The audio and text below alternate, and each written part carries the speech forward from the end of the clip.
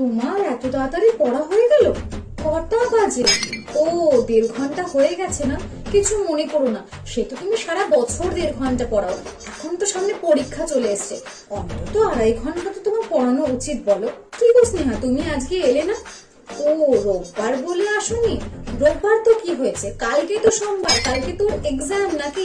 তাও আবার math exam. পরীক্ষার আগের দিন আসার কথা তোমাকে কি আলাদা করে বলতে হবে? বলো, তোমার কোনো দায়িত্ব নেই? তুমি ওর সিলেবাসটা সম্পূর্ণ দেখেছো? মানে বলতে চাইছো সিলেবাসে যা যা আছে সবটা আজকে তুমি একটু কমপ্লিট করিয়ে দিয়েছো। আর অবশ্যই 2বার লিখিও, কারণ স্পেলিং ভীষণ মিস্টেক করে। আর আজকে তুমি একদম টাইমই পাবো না, আমি একটু আজকে কেনাকাটা করতে বেরোবো। আচ্ছা শোনো না স্নেহা, আজকে তুমি এই বিকেল বেলা না এসে সন্ধ্যেবেলা এসো। এই ও এক্সাম দিয়ে এলো, ভীষণ টায়ার্ড, এখন একটু ঘুমাবে।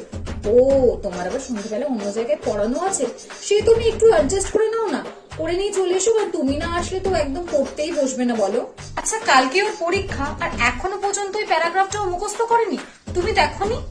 ও, বাড়িতে তুমি প্র্যাকটিস করতে বলে গেছিলে বারবার। আচ্ছা এখন আর কি করার আছে, তুমি একটু তাহলে বসিয়ে প্র্যাকটিসটা করিয়ে দিয়েই যেও।